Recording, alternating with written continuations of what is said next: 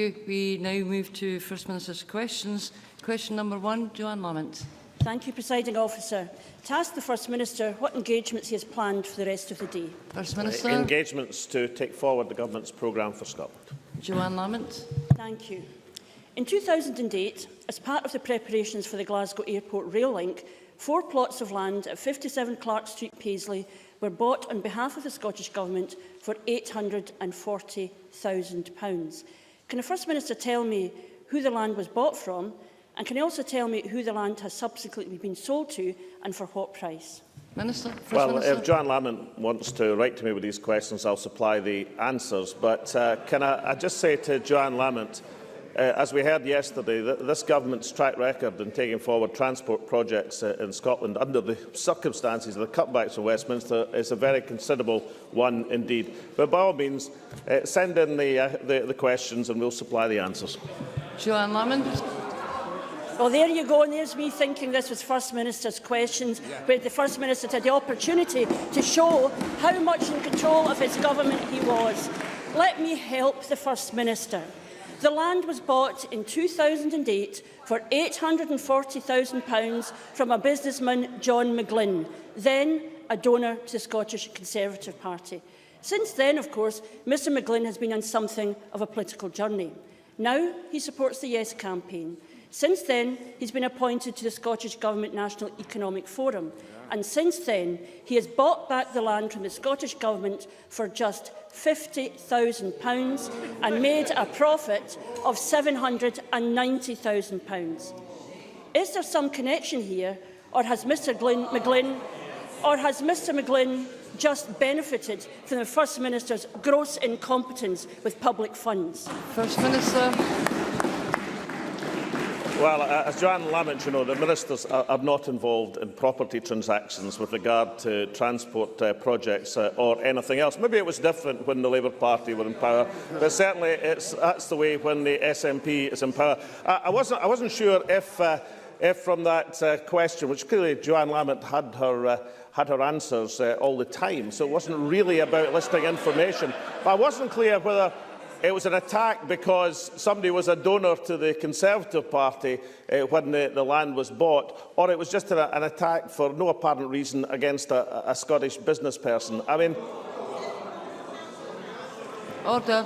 If Joanne Lamont has any evidence whatsoever that anything untoward has been happening in property transactions, then let her bring it to the Chamber or bring it into the public notice. If she has no evidence, and she has no evidence whatsoever, then don't make attacks on people in Scotland with no reason whatsoever for making them, and come to this Chamber and attack people who can't answer back in the Chamber. Ridiculous.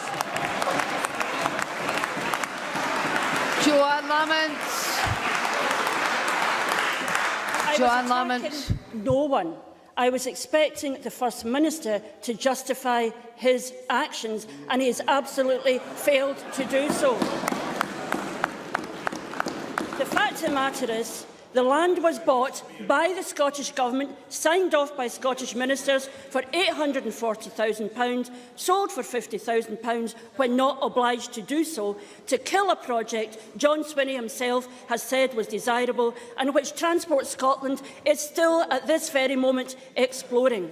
In case the First Minister hasn't noticed, for the last 5 years, Scotland has been going through one of the deepest downturns in our history. In that time, the First Minister has slashed spending on skills and colleges. He has underfunded vital public services so some of our most vulnerable old people get just 15-minute care visits. And he has cut funding so that for many people with a bus pass, there isn't a bus to get on. In those circumstances, how does the First Minister justify buying a piece of land for £840,000 and then selling it back to the person he bought it from for just £50,000? What was the First Minister thinking of? First Minister. First Minister, or no other minister was involved in the property transactions she speaks of. These are not conducted by ministers in this government. I don't know if the practice was different in the last Labour government. I suspect it wasn't. The purpose of Joanne Lamont seems to be to smear a perfectly respectable Scottish businessman for no apparent reason, and she doesn't like his politics then or now, for that matter. I don't really think that is the way that a political leader should behave in a parliamentary chamber. So now, if Joanne Lamont wants to talk about what she occasionally says the real issues, then let's talk about the real issues. This government has given an unequivocal commitment to universal services and benefits, the mark of the Parliament over these last 14 years. It is Joanne Lamont who, as I understand it, wants to cut people's bus passes, wants to stop the free access to higher education, has put a question mark over free personal care of the elderly. These are matters which, as I understand it, are being considered by her Cuts Commission as part of the Something for Nothing society that she outlined only a year ago. As we said in our programme, we believe in a something for something society in Scotland. We believe these benefits to people in Scotland are well justified, and I think the people of Scotland want to hear about these substantive policies, not totally unfounded smears on a Scottish business person. Joanne Lamont. I think we might hear talking about something for next to nothing Scotland.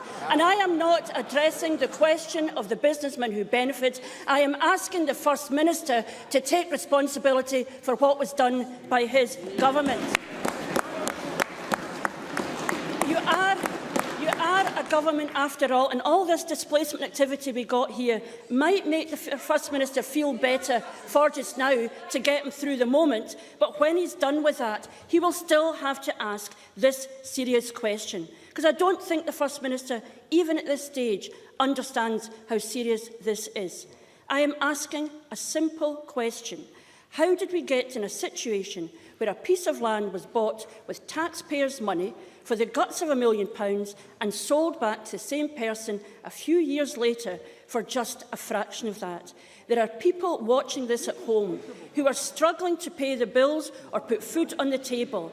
They have to account for every penny they spend.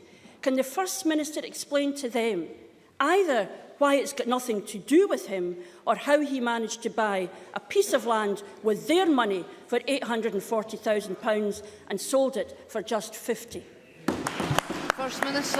Neither the valuations for land on purchases or sale are made by Scottish Government ministers, as Joanne Lamont perfectly well knows. Now, if it wasn't, as she said, an attempt to smear a Scottish business person, then why did Joanne Lamont casually mention or read out that he was a donor to the Conservative Party? Why did she say he was on a political journey? Why did she say he was appointed to the Scottish Government Economic Forum? What was that about if it was not a fairly blatant attempt to smear a perfectly respectable Scottish business person in Scotland? So I think people watching will be rather interested and concerned. Are they going to keep their bus passes under Labour? Well, we don't know. The Cuts Commission is still considering. Is Joanne Lamont going to reintroduce tuition fees for Scottish students? Is free personal care safe in Labour's hands? The answer is no to all of these things. She has them in the Cuts Commission, the Something for Nothing society. She doesn't want to talk about the issues that concern the people of Scotland, because people know that Labour have let them down in the past, and if they get the chance, they'll let them down again, which is why she's sitting there reading out the questions, and this government is in office.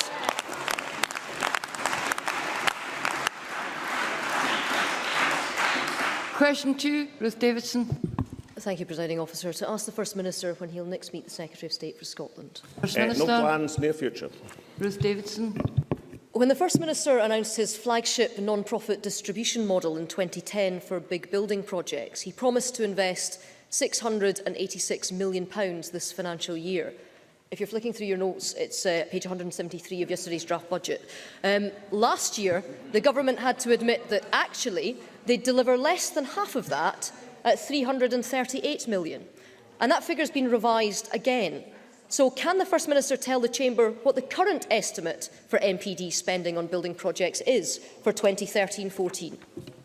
Well, it was laid out, as she rightly says, and the whole capital programme, both the NPD programme rising from 185 in 2013-14 to 809 2014-15 to 932 in 2015-16, was laid out in the budget statement yesterday. And of course, what was also laid out is the total estimated capital investment programme, of which non-profit distribution is a key part. And what that was coming from is from 13-14, £240 million, £4,157 million in 14-15, and £4,438 million in 2015-16. That's £3 billion, £4 billion, and £4,438 million. Now that is an extraordinary achievement of capital investment against cutbacks from the Westminster Government, which started at over 30% and are now just under 30%. So I think most people, looking at these figures, would anticipate that Mr Swinney, under the most extraordinary pressure from Westminster Government, is delivering a capital programme for growth and capital investment in the Scottish economy. And now she has the figures, perhaps she'll have the grace to say that this is an encouraging and productive trend in Scottish society.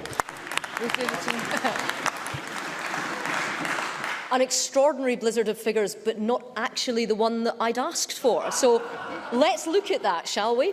The figure that the First Minister wouldn't tell us in there was that of the £686 million that this government promised to invest in big building projects, they now say that they will deliver just £185 million. And that's after a first year when they promised £150 million but delivered nothing. A second year when they promised up to £350 million and delivered just £20 million. Of course, his deputy, who's smiling there sitting next to him, says that it's not incompetence, it's just a reprofiling. 3 years ago, this First Minister promised over £1 billion of investment on big building projects through the MPD scheme, and he's coming up short by over £900 million. His projects, his responsibility, his incompetence. The people of Scotland need to know what has happened to his £1 billion build. First Minister. The 185 was the first figure in the blizzard of figures that Ruth Davidson complained about. And let me repeat it, just so that she can get the full importance of it. As the budget document said yesterday, the NPD programme, £185 million in this financial year, £809 million in 2014-15 and £932 million in 2015-16. Now, these are impressive figures for a new system of public finance. Now, let's get the background straight on this. The PFI, the Revenue Finance System, which was beloved of the Labour Party and then the Tories supported it, is no longer a feasible option for revenue-based finance. Everybody agrees that PFI, even George Osborne recently, has come to the conclusion that PFI was a hideous, expensive mistake.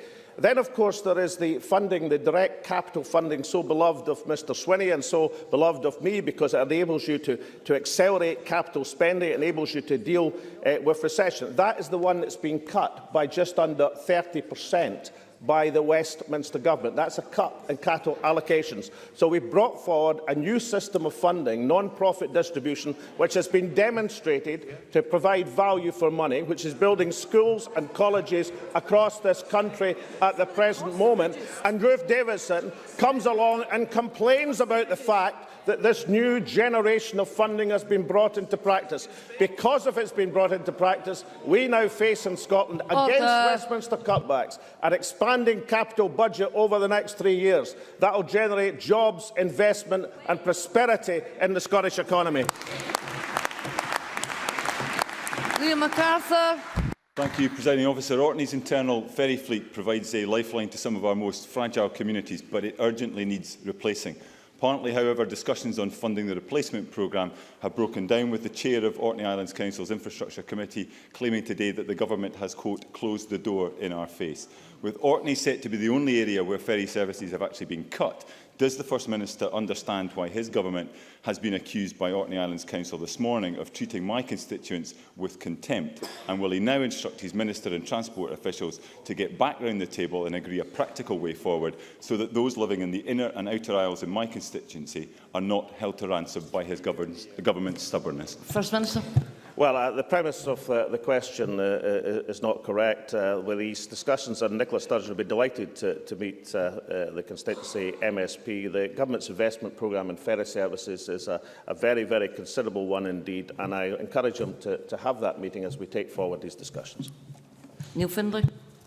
Given that in the last few weeks 2 hospital wards in my region have already had to close this year to deal with norovirus, why is the Finance Secretary taking £10 million from the budget to support hospital cleaning?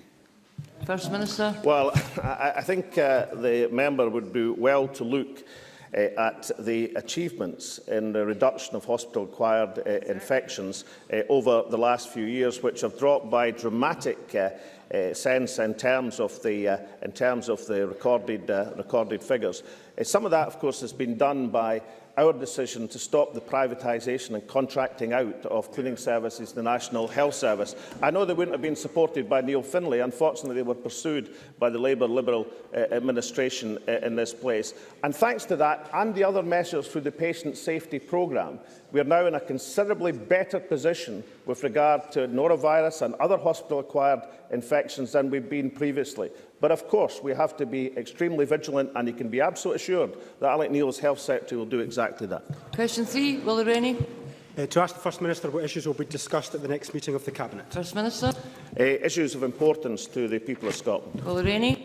The Chair of the Patient Safety Council of the Royal College of Surgeons of Edinburgh raised concerns a few days ago that hospital care at weekends is substantially worse than weekdays. For example, at Hairmyres Hospital in Lanarkshire, the death rate among patients admitted for vascular surgery on Saturday was over 41%, compared with 16% on Tuesday. At Dundee's Ninewell Hospital, it was over 21%, almost double the rate on Tuesday. And in Fife's hospitals, the rates for renal patients admitted at weekends were higher than weekdays. Has the First Minister been able to consider this? Well, the whole aspect of patient safety across Scottish hospitals is part of the Patient Safety Programme, which, as Willie Rennie will know, has achieved an estimated 12% reduction in standardised mortality rates. Certainly, differentials between days of the week and weekends is one aspect that's been considered. But he will know that Professor Don Berwick, who has been brought in by the coalition government in London to try and deal with the very, very difficult situation across the English Health Service in terms of patient safety, has given the Scottish system introduced in the Patient Safety Programme the accolade of being one of the safest in the world. So I do think that we should recognise the achievement in the Patient Safety Programme, and also recognise that one aspect of that Patient Safety Programme is to look at things like differential rates of mortality between days of the week and weekends. That is part of the continuous improvement on which the Patient Safety Programme is based. Willie Rennie. I know we have to be careful, but we've got a duty to ask serious questions about these issues to satisfy ourselves that patients are being kept as safe as possible. But Simon Patterson-Brown, who's the Consultant General Surgeon at the Royal Infirmary of Edinburgh, who's also the Chair of the Safety Board at the Royal College of Surgeons, he said it could well be that the weekend mortality rates in some medical specialities are not statistically significant. But on the other hand, they could be, and unless we are fully investigating this, I don't think anyone can say with certainty either way. I intend to take the matter further. So I recognise that there is processes in place to look at these issues, but I think we need some reassurance about what these surgeons are saying, because these are not insignificant people. This is the Royal College of Surgeons of Edinburgh. When will the First Minister publish a report in response to the surgeons' concerns? First Minister. Well, I know that these matters are being looked at the present moment. As I explained to Willie Rennie, that's part of the patient safety approach. And he can be absolutely certain that the aspect of the patient safety programme is to make sure that all matters are properly considered and looked at, and I'll arrange for the Health Secretary to give that detailed information to Willie Rennie. So he can be sure that in response to any aspect which suggests either in individual hospitals where improvements haven't been as quick as in other places in Scotland, or alternatively in differences in standardised mortality rates and patient safety compared with weekdays and the weekends, the patient safety programme has these things under active consideration. And he's perfectly right to raise these points, incidentally, and I hope that nothing in my first answer suggested this wasn't an entirely legitimate area of inquiry.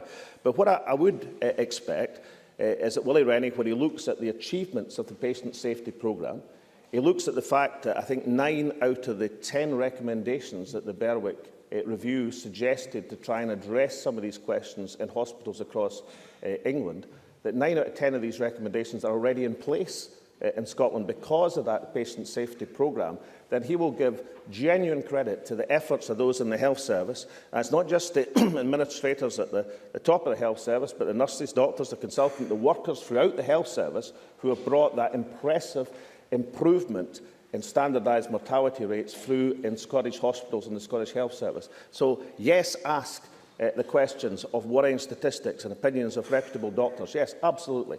But acknowledge the general improvement that the patient safety programme has brought to the Scottish Health Service, because that's something in which all of us should share as Scotland's National Health Service, our public health service, performs so well for the people of Scotland. Question number 4, Kenneth Gibson. To ask the First Minister what action the Scottish Government is taking to encourage fostering. First Minister. Well, the Government works closely with the fostering network to encourage and support people in becoming foster carers. We have provided £1 million of funding to support their work running campaigns such as Foster Care Fortnight. This not only raises awareness of fostering, but also provides a focus for fostering agencies locally to run recruitment campaigns. The impact of these efforts can be seen in the increase in the number of fostering households from 3,092 in 2008 to 3,989 this year, which is a significant and welcome rise. Kenneth Gibson. Thank the First Minister for his answer. Does he agree that one reason why we do not have as many people coming forward as potential foster parents is because of myths about the people it is commonly believed would not be considered as suitable foster parents, such as those in rented accommodation, same-sex couples, over 55s and people not in full-time employment? Given the rise in the number of children requiring fostering and the enriching experience it can provide for child and foster parent alike, does he agree that it is vital to support campaigns such as Action for Children's Fostering Myth-Busting Academy, detailed on its website? First Minister. I mean, yes, I do. And I like the Action for Children's description of the myth-busting campaign, because I think it has real impact, and we support that and endorse that, as well as other local campaigns, such as Glasgow's recent award-winning campaign, which focused on recruiting from a diverse population.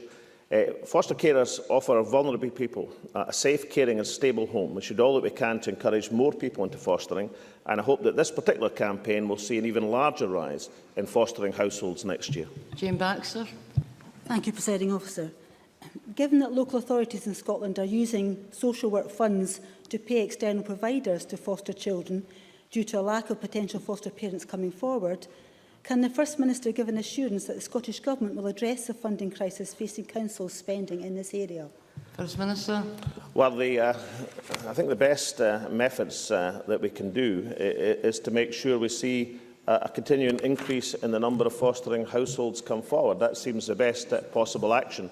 But of course, we discuss with local authorities at all times the best way of meeting these important social obligations. Bob Doris.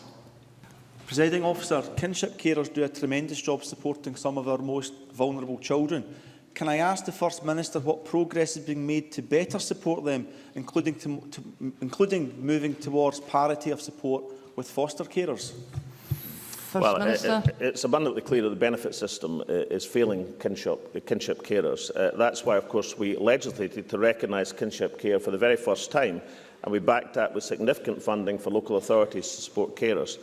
On 18 September last year, we announced a review of financial support to kinship carers to try and tailor support and tackle inconsistencies across Scotland. And these inconsistencies cause a great deal of angst to kinship carers. We aim to publish the findings of that review by the end of this year. Question number 5, Jackie Bailey. To ask the First Minister what action the Scottish Government will take to address child poverty in light of the findings in the annual report for the Child Poverty Strategy for Scotland 2013. First Minister. Well, any child living in poverty in Scotland is one too many, and it's encouraging, therefore, that relative child poverty is reduced from 21% in 2006-7 to 15% in 2011-12. The Government is committed to going further. We'll be publishing a revised poverty strategy in the spring, which will stress the focus on maximising household incomes and improving children's well-being and life chances. That will be backed by significant funds, including the £272 million collective investment in early years change funds, the £33 million we have committed, of course, to the Scottish Welfare Fund. But every single one of us should be aware that these figures on child poverty are taking place against a backcloth of welfare changes, many of which are bearing hardest and firmest against households with children. Jackie Bailey.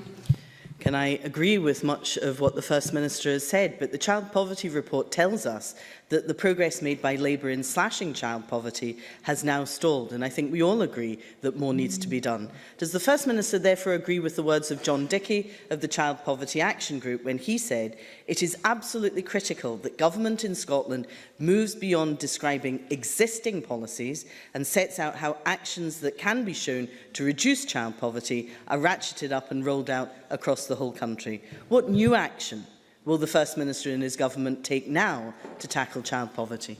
First Minister. Well, Jackie Bailey should acknowledge the £272 million collective investment in early years change fund is a significant new action, but John Dickey and no other expert on child poverty would deny that you can divorce the impact of welfare changes bearing down upon families from achievements in terms of child poverty. And given the straitened financial climate that we've been experiencing over the last few years, the reduction in relative child poverty from 21% in 2007 to 15% now is no mean achievement against that background. But of course, it doesn't go far enough. And this is why I have a real puzzle with Jackie Bailey's question.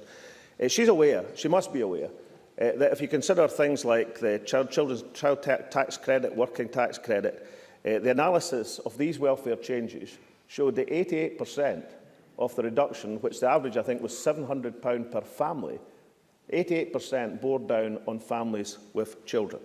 That is what's happening under the UK Government's welfare changes at the present moment.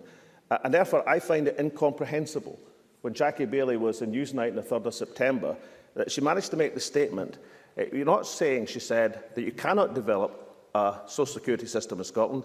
You were saying that we should not develop a social security system in Scotland. So how can it be, when any person, any expert, any authority would acknowledge that the background of welfare changes bearing down on children with families has the most enormous effect on child poverty in Scotland, that the person who claims to be concerned about that goes and says we should not develop a welfare system in Scotland that will give children, all children in this country, an equal chance? Christine Graham. Thank you, Presiding Officer. On welfare cuts, I refer to child benefit, that excellent universal benefit with almost 100% uptake. This has been slashed by the Westminster Coalition, leaving families in Scotland with one child some £650 a year worse off, and two children £1,100. If his government had power over welfare, what would he do about child benefit? First Minister. Address the needs of people in Scotland in an effective and proper way. And Christine Graham puts her finger on what the vote next year is about. Either we build a more prosperous country and a just society in Scotland, or we allow Westminster to wreck the dreams and progress that's been made in recent years. Question number 6, Murdo Fraser. Thank you. To ask the First Minister, terminally ill patients with conditions other than cancer are given access to palliative care. First Minister. Well, the Scottish Government is committed to ensuring that compassionate, high-quality palliative and end-of-life care is provided for anyone who requires it, regardless of their underlying condition. And therefore, we welcome the publication this week of the report, How Good is Primary Care at Identifying Patients Who Need Palliative Care, from the University of Edinburgh, Marie Curie and NHS Lothian. And its recognition, of course, of the Scottish Government's National Action Plan for Palliative Care. Now, we are examining how patients requiring palliative care are best identified in all conditions. One example is for people who have suffered heart failure, where we have established a national group charged with supporting improvements in the management of people with heart failure, which will include palliative care. Fraser. Can I thank the First Minister for his response? The report he referred to from Marie Curie, NHS Lothian and the University of Edinburgh found that 8 out of 10 non-cancer patients are not identified for palliative care, and those who do receive it often get it too late to fully benefit. Many primary care staff, the report found, have understandable difficulty, raising the issue of death with their patients. Would the Scottish Government instruct a review of the training and support for primary care staff to help ensure that more non-cancer patients access palliative care in the last year of their lives? First Minister. Well, that's a constructive suggestion, and I'll certainly see that it's considered. But I know that Murdo Fraser knows the report made 4 specific recommendations. One that he mentioned about the taboo around talking about death and the suggestion that the Scottish Government should lead a public discourse on that important subject. We agree and we welcome support for that initiative. The training of doctors and nurses, this should be included in supporting professionals to have conversations about these difficult subjects. We agree, and this area will be developed alongside the National Plan for Palliative Care. And the other recommendations that the report helpfully put forward, we think are extremely positive suggestions, and if Murdo Fraser would like to discuss matters in detail with the Health Secretary, then I'm sure that can be arranged. If your phone's off and you keep it brief, Malcolm MacDonald. Thank you, Presiding Officer. You'll never let me forget that. For the Government, a serious question: would you undertake to commit the commitment to patient autonomy, as for a very small number of people suffering from degenerative conditions such as MS or Huntington's, even with palliative care, the best of palliative care, they can find their existence to be unacceptable, and therefore would have the right to ask for assistance to end their life because they have had enough? First Minister. Well, Margaret MacDonald, of course, introduced legislation. She's pledged, as I understand it, to introduce it again. I'm sure the Parliament will discuss it very seriously and as a matter of conscience, and we'll look at her proposals as they come forward. But if Margot's inviting me to say personally that I'd changed my mind on the matter, then I haven't. But I think all of us recognise the seriousness and importance of this issue, and of course Margaret MacDonald's legitimate role in bringing forward these issues to this chamber. That ends First Minister's questions. We now move on to members' business. Members who are leaving the chamber should do so quickly and quietly, and I'll allow a very short suspension for people to move positions.